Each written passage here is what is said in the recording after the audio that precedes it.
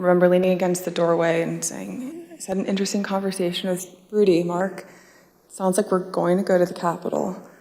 He didn't look up from his phone and said something to the effect of, there's a lot going on, Cass, but I don't know, things might get real bad on January 6th. But when we were in the offstage announce tent, I was part of a conversation. I was in the vicinity of a conversation where I overheard the president say something to the effect of, I don't effing care that they have weapons. They're not here to hurt me. Take the effing mags away. Let my people in. They can march to the Capitol from here. Let the people in. Take the effing mags away. Mr. Cipollone said something to the effect of, please make sure we don't go up to the Capitol, Cassidy. Keep in touch with me. We're going to get charged with every crime imaginable if we make that movement happen. And do you remember which crimes Mr. Cipollone was concerned with? In the days leading up to the 6th, we had conversations about potentially obstructing justice or defrauding the electoral count. The president said something to the effect of, I'm the effing president, take me up to the Capitol now. To which Bobby responded, sir, we have to go back to the West Wing. The president reached up towards the front of the vehicle to grab at the steering wheel.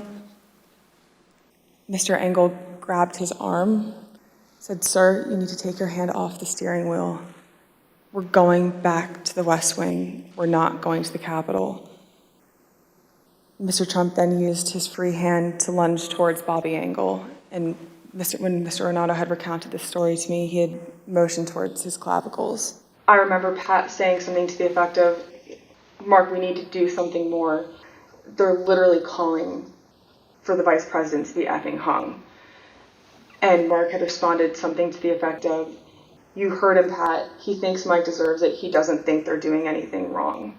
Did Rudy Giuliani ever suggest that he was interested in receiving a presidential pardon related to January 6th? He did. Ms. Hutchison, did White House Chief of Staff Mark Meadows ever indicate that he was interested in receiving a presidential pardon related to January 6th? Mr. Meadows did seek that pardon. Yes, ma'am. This is a call received by one of our witnesses. Quote, a person let me know you have your deposition tomorrow.